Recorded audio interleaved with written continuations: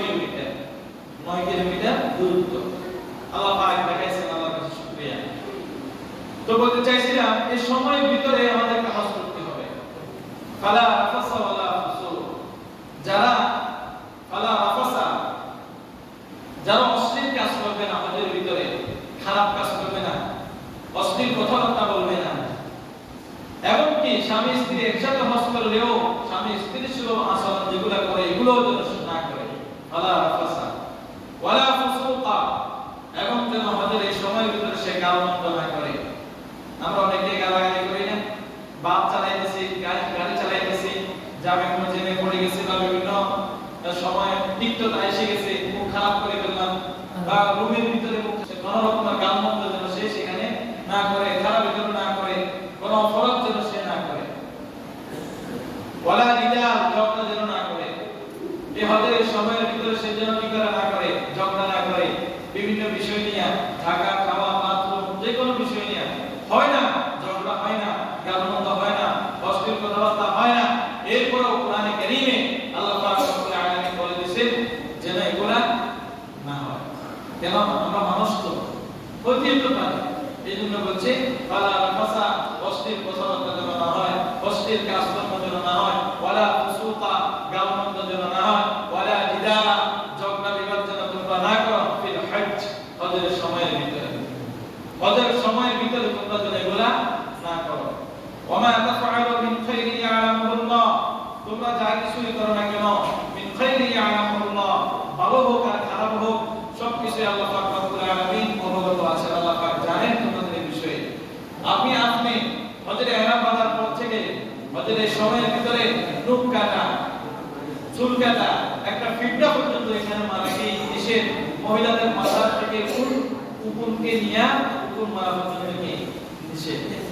এই সময় ওয়াতাসাওয়াদু ফাইন্না খায়রাজ যাদি তাকওয়া, তোমরা তোমাদের প্রয়োজনীয় বিষয়গুলা চাইলেই সব কিছু হয় না, সম্ভব না।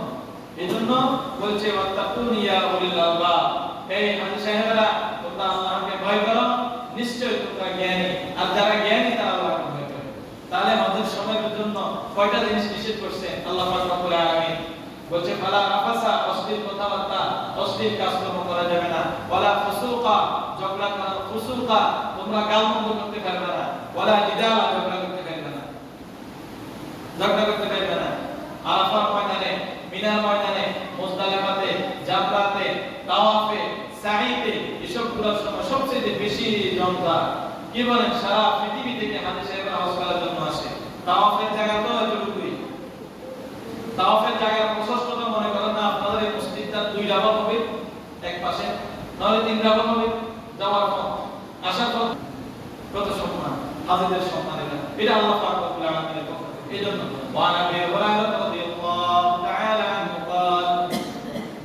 قال رسول الله صلى الله عليه وسلم العمرة إلى العمرة كفارة لما بينها। حضرت আবু হুরায়রা রাদিয়াল্লাহু তাআলা থেকে বর্ণিত তিনি বলেন রাসূলুল্লাহ সাল্লাল্লাহু আলাইহি ওয়াসাল্লাম ইরশাদ করেন, যদি কোনো ব্যক্তি একটা উমরা হজ করলো এবং দ্বিতীয় পরবর্তী আরো একটা উমরা হজ করলো, দুইটা উমরা হজের বিস্কারা যদি সে কোনো সগীরা গুনাহ করে থাকে, আল্লাহ পাক রব্বুল আলামিন ওই মধ্যবর্তী সময়ের সগীরা গুনাহগুলো ক্ষমা করে দেন। সুবহানাল্লাহ, আলহামদুলিল্লাহ। যারা মক্কাতে আছেন, যারা সৌদি আরবে আছেন, যাদের পক্ষে সম্ভব অনেক সময় ছুটি পান, একটা উমরা করে আসবেন। মক্কার বাইরে যারা আছেন তারা তো উমরা করলেন এবং কিছুদিন পর আবার করলেন, সগীরা গুনাহ কার না হয় আল্লাহ পাক আমাদের সকলের ওই সগীরা গুনাহগুলো তখন কি করে দেন, মাফ করে দেন যারা উমরা হজ করে। আলহামদুলিল্লাহ। ওয়াল হজ্জু ওয়াল মাবরুর লাইসা লাহু জাযাউন ইল্লাল জান্নাহ, আর হজ্জ মাবরুর হলো তার প্রতিদান হলো জান্নাত ছাড়া আর কিছুই নয়। যদি কোনো ব্যক্তি হজ্জ মাবরুর করলো তার জাযা এবং প্রতিদান হলো ইল্লাল জান্নাহ। হজ্জ মাবরুরের জাযা প্রতিদান হলো জান্নাত। হজ্জ মাবরুর কি? যে ব্যক্তি হজের মৌসুমে ঘর থেকে বের হওয়া থেকে শুরু করে আবার বাড়িতে ফেরা পর্যন্ত, যার মাধ্যমে কোনো প্রকারের রাফাস ওয়ালা ফুসুক, জিদাল, ঝগড়া, বিভেদ, গাল মন্দ, কোনো প্রকারের অশ্লীলতা, খারাপি যার থেকে হয় নাই, হাদিসে বলতেছে ওই ব্যক্তির হজটাই হচ্ছে মাবরুর। আল্লাহ হজটা কবুল করছেন তার হজ। যেটা শরীয়ত বাতায় দিয়েছে ওইটা করছে, যেটা শরীয়ত বলে নাই সে ওইটা করে নাই, যেটা সুন্নাত ওইটা সুন্নাত হিসেবে করছে, যেটা ওয়াজিব সেটা ওয়াজিব হিসেবে করছে, যেটা ফরজ সেটা ফরজ হিসেবে করছে, যেটা মুস্তাহাব ওটা মুস্তাহাব হিসেবে করছে, যেটা করা দরকার সেটা করছে, যেটা করা দরকার না সেটা সে করে নাই। এটাকে কি বলছে? হজ্জে মাবরুর। তার জাযা হলো, প্রতিদান হলো জান্নাত। আল্লাহ পাক আমাদেরকে হজ করার তৌফিক দান করেন।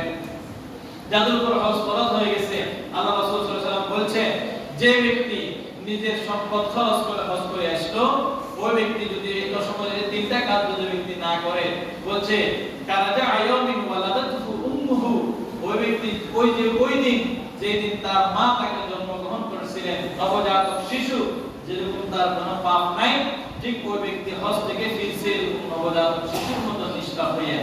সুবহানাল্লাহ, সুবহানাল্লাহ। আল্লাহ রাসূল সাল্লাল্লাহু আলাইহি ওয়াসাল্লাম বলছেন, যে ব্যক্তি হজের ভিতরে তার অর্থ তার সম্পদ খরচ করলো, বলছে তার এই সওয়াবগুলা যখন পর্যন্ত বৃদ্ধি করে তার আমলনামার ভিতরে লিখে দেওয়া হবে। সুবহানাল্লাহ। বর্তমানে যে ব্যক্তি হজ করবে তার কলিজা পাহাড় পরিমাণ, বাবা বর্তমানে যে ব্যক্তি হজ করতেছে তার কলিজা পাহাড় শরীফ পরিমাণ না।